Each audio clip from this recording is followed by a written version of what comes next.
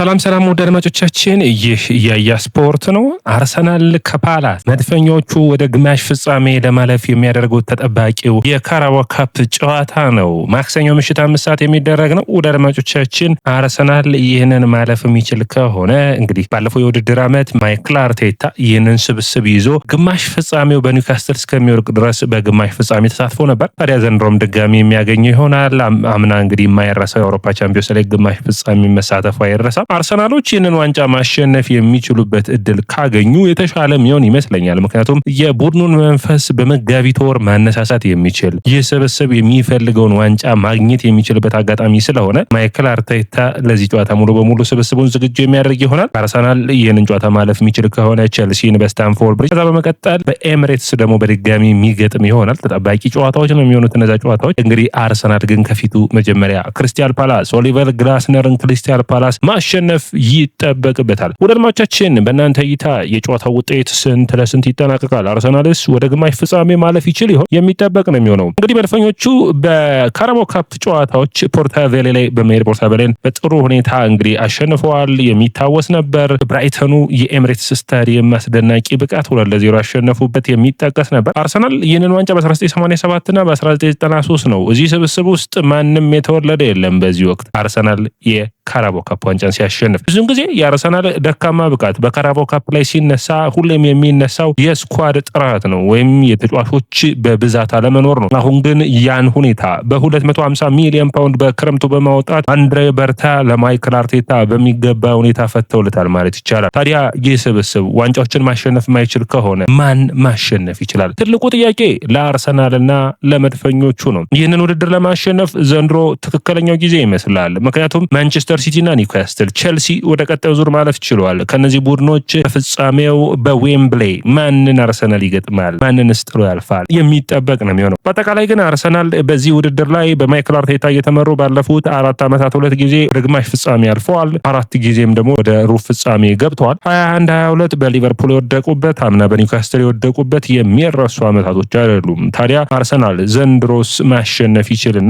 ወደ ግማሽ ፍጻሜው ማለፍ ይችል ይሆን? የሚጠበቅ ነው የሚሆነው። መድፈኞቹ ከቪላ ፓርክ ሽንፈት በኋላ አስቶን ቪላ 2-1 ካሸነፋቸው በኋላ ክለብ ብሩዥን፣ ወልቭስንና ኤቨርተንን 3ቱን በተከታታይ ድል ላይ ይገኛሉ። ዛሬስ ይቀጥሉታል ወይ? አርሰናል በኤምሬትስ ባለፉት 12 ጨዋታዎችን አድርገው 11ዱን አሸንፎ በማንቸስተር ሲቲ ጨዋታ ብቻ ነው በሜዳው አቻ የወጣው። ያለፉትን 9 ተከታታይ ጨዋታዎች ማሸነፍ ችሏል። የኦሊቨር ግላስነር ቡድን ወደ ኤምሬትስ መጥቶ በኤብሪቼዜ ጎል 1-0 በፕሪሚየር ሊጉ እንደተሸነፈ ይታወቃል። ታዲያ በዚህ ውድድር ላይ ደግሞ በካራባኦ ካፑ የሚጠበቅ ነው የሚሆነው። ፓላስ እንግዲህ ሊቨርፑልን በአንፊልድ ሮድ 3-0 አሸንፎ ነው ወደዚህ ጨዋታ የመጡት። ፓላስ በውድድር ዓመቱ ከአምና ጀምረው ኤፍኤ ካፕና ኮሚኒቲ ሺልድን ባለፉት 18 ወራት ማሸነፍ ችሏል። ካራባኦ ካፕን ሲጨምር ይሆን? የኦሊቨር ግላስነር ቡድን እንግዲህ ባለፉት ጨዋታዎች በጣም ተቸግረዋል። በማንቸስተር ሲቲ ባለፈው ሳምንት መሸነፋቸው የሚረሳ አልነበረም፣ የዛሬ 2 ሳምንት ማለት ነው። ከዛ በመቀጠል በኮንፈረንስ ሊጉ 2 ወጥተዋል። በሊድስ ከሜዳቸው ውጭ ኤላንድ ሮድ ድረስ በመሄድ 4 ጎሎች ተቆጥረውባቸዋል። ታዲያ ያለፉት ሳምንታት ለፓላስ ውጤታማ አልነበረም። 9 ጎሎች ተቆጥረውባቸዋል። ፓላስና ኦሊቨር ግላስነር የስኳድ ጥበት በካራባኦ ካፕና እንዲሁም ደግሞ በእንግሊዝ ፕሪሚየር ሊግ በኮንፈረንስ ሊግ እየተሳተፉ ለመፋለም አስቸጋሪ ሆኖባቸዋል። ታዲያ የፓላስን የካራባኦ ካፕና የኮንፈረንስ ሊግ መጣበብ ታይቶ ነው የአርሰናልና የፓላስ ጨዋታ ወደዚህኛው ሳምንት የተሻገረው እንጂ ባለፈው ሳምንት ነበር የሚያደርጉት ጨዋታ። አምና ሁለቱ ቡድኖች በዚህ ወቅት ተገናኝተው ነበር። ፓላስ እንግዲህ አርሰናል በኤምሬትስ መጥቶ ገጥሞ ነበር። አርሰናል ታዲያ 3-2 ማሸነፍ ችሎ ነበር። ገብርኤል ሄሱስ አምና ሃትሪክ የሰራበት አስደናቂ ብቃትን ያሳየበት ብቃት ነበር። እንግዲህ ይህ ጨዋታ ታዲያ በድጋሚ አሁን ደግሞ ኤምሬትስ ላይ ይመጣል። ሄሱስ ከጉዳት አገግሞ ለፓላሱ ጨዋታ ዝግጁ ሆኗል። አርሰናል ከፓላስ ያለፉትን 6 ጨዋታዎች አርሰናል 4 ጊዜ አሸንፏል። ባለፉት 6 ጨዋታዎች ያደረጋቸውን ማለት ነው። አንድ አቻ፣ አንድ ሽንፈትን አስተናግዷል። በቪላው ሽንፈት ነው። ፓላስ ባለፉት 6 ጨዋታዎች በጥሩ ብቃት ላይ ነበር። ያለፉት 2 ሽንፈቶች እና እንዲሁም ደግሞ አንዳቸው ውጤት አጋጥሞታል። በተለይ በማንቸስተር ሲቲና በሊድስ መሸነፉ አስቸጋሪ አድርገውበታል። በአርሰናል በኩል የተጫዋቾቹ ጉዳት የዳውማን ሞስኬራ እንዲሁም ደግሞ ቤን ዋይት እና ጋብሪኤል ማጋሌስ መጎዳታቸው የሚታወቅ ነው የሚሆነው። በተለይ ጋብሪኤል ማጋሌስ ለቪላው ጨዋታ የመድረስ እድል ይኖረዋል። ለሳምንቱ መጨረሻ ለብራይተኑ ጨዋታ ባይደርስ እንኳን የሚል ማይከል አርቴታ አስተያየቶችን ሰምተናል። ሌላኛው መረጃ የሚሆነው አምና በሩብ ፍጻሜ እንግዲህ ጠንካራ ፉክክር ያደረገው የስብስብ ውስጥ አሁን አርሰናል ተጫዋቾችን እረፍት ላይ ያሉ አሉ ለዚህ ጨዋታ ዝግጁ የሚሆኑት። አንደኛው ጋብሪኤል ሄሱስ፣ ኤዜ፣ ማዱዌኬ፣ ማርቲኔሊ፣ ስካሊ፣ ኖርጋርድ፣ ሞሪኖ እያልን መጥራት እንችላለን። እነዚህ አዳዲስ መላመድ የሚችሉ ይሆናሉ። እንግዲህ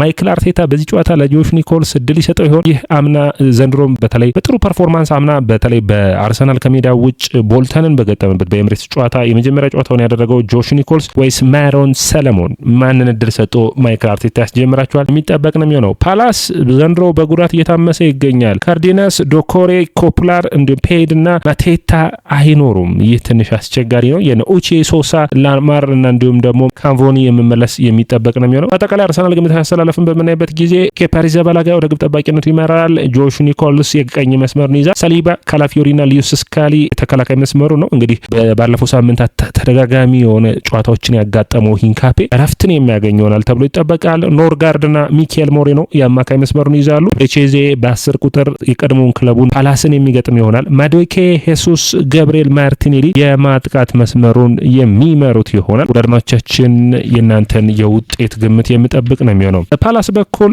ቤንቴዝ ግብ ጠባቂውን የሚመራ ይሆናል። ሪቻርድ ጉይና እንዲሁም ደግሞ ካኖቴ የተከላካይ መስመሩን፣ ናታን ክሊያን፣ ላርማ፣ ዋርተንና ሶሳ የአማካይ መስመሩ፣ ፒኖ፣ ዴቫኒና ኡቼ በተለይ ኮንፈረንስ ሊጉ ጨዋታ ላይ ያስቆጠረው ጎል በጣም አስገራሚ ነበር። ወዳጆቻችን በአጠቃላይ ይህ ጨዋታ የተለየ ትርጉም ለሁለቱም ቡድኖች ይኖረዋል። ወደ ግማሽ ፍጻሜ ለማለፍ ነው የሚያደርጉት። አርሰናል በደርሶ መልስ በግማሽ ፍጻሜ የሚያልፍ ከሆነ የተለየን እድል ያገኛል። በሚቀጥሉት ግን 21 ቀናት መድፈኞቹ ረፍት የላቸውም። በየ3 ቀኑ ጨዋታን ያደርጋሉ። አርሰናል የሚያርፈው መቼ ነው? የካቲት ወር ላይ ነው። ይህ ለእንግሊዝ ፕሪሚየር ሊግ ቡድኖችን የሚያጠቃልል ነው የሚሆነው። በተከታታይ ብራይተን ወይም ደግሞ በተከታታይ ማለት ነው ብራይተን ከገጠመ በኋላ ሳምንቱ አጋማሽ ቪላን ማክሰኞ ይገጥማል። ብራይተን ቅዳሜ ይገጥማል። ከዛ በመቀጠል በርንማውዝ ነው። ከዛ ሊቨርፑልን ይገጥማል። ከሊቨርፑል ብሬንፎርድ፣ ማንቸስተር ዩናይትድ እያለ የሚቀጥል ይሆናል። በእነዚህ አጋማሾች ውስጥ ኤፍኤ ካፕ ይመለሳል። ወደ ፖርትስማውዝ ያቀናል። ጥሩ የሚባል ጊዜያቶችም ሊሆኑ ይችላሉ። አስቸጋሪ ወቅቶች ሊሆኑ ይችላሉ። ትንሽ ለአርሰናል ጥሩ ድል የሚሰጠው ብዬ ማስበው በአውሮፓ ቻምፒዮንስ ሊግ ትልቁን ስራውን ተወጥቷል። ወደ ኢንተር ሚላን ሄዶ የማሸነፍ ግዴታ ውስጥ አይገባም። ከዛ ውጭ ካሪየትን በሜዳው በቀላሉ ሁኔታ ያሸንፋል ተብሎ ይጠበቃል። ስለዚህ በአንደኝነት የማለፍ እድሉ ሰፊ ነው። ይህንን ጨዋታ ማሸነፍ የሚችል ከሆነ ግን ከቸልሲ ጋር ደግሞ በደርሶ መልስ አሁንም በድጋሚ የሚጫወት ይሆናል። ያፈታይ ጨዋታ በእነዚህ ውስብስብ ፕሮግራሞች ውስጥ የሚጨመር ይሆናል። የኤፍኤ ካፕ ቀለል ያለ ጨዋታ ነው የሚሆነው። ነገር ግን እግር ኳስ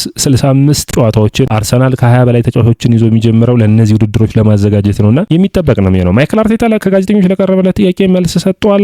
ለጨዋታው ሙሉ ቡድኑ ዝግጁ ነው። ከፊታችን ያለውን ፓላስን በማሸነፍ ወደ ቀጣይ ዙር ለማለፍ እንፈልጋለን። ስለ ሄሱስ ተጠይቆ ነበር። ጨዋታዎችን ለመጀመር አሁን ሙሉ በሙሉ ዝግጁ ነው። ያለፉትን 3 ጨዋታዎች እየተቀየረ ገብቷል። በጥሩ ሁኔታ ተመልሷል። ገና በ7 ወሩ ከጉዳት ካጋጠሙ በኋላ ማለት ነው ወደ ሜዳ ለመመለስ ያለውን ጥረት አይተናል። ሄሱስ የተለየ ተጫዋች ነው። የተለየ ጥምረትን ያደርገዋል። ከዚህ ዓመታት በፊት ስናስፈርመው የምንጠብቀውን ሄሱስ በጉዳት ባናይም አሁንም ግን ወደ ዛ ብቃቱ የመመለስ እድል አለው ማለት አስተያየቱን ሰጥቷል። አርሰናል ተጠባቂ ሳምንታት ተጠባቂ ጨዋታዎች ይጠበቃሉ። ገብርኤል ሄሱስ 100ኛ ሳምንቱ ነው። 100ኛ የአርሰናል ጨዋታው ነው የሚሆነው።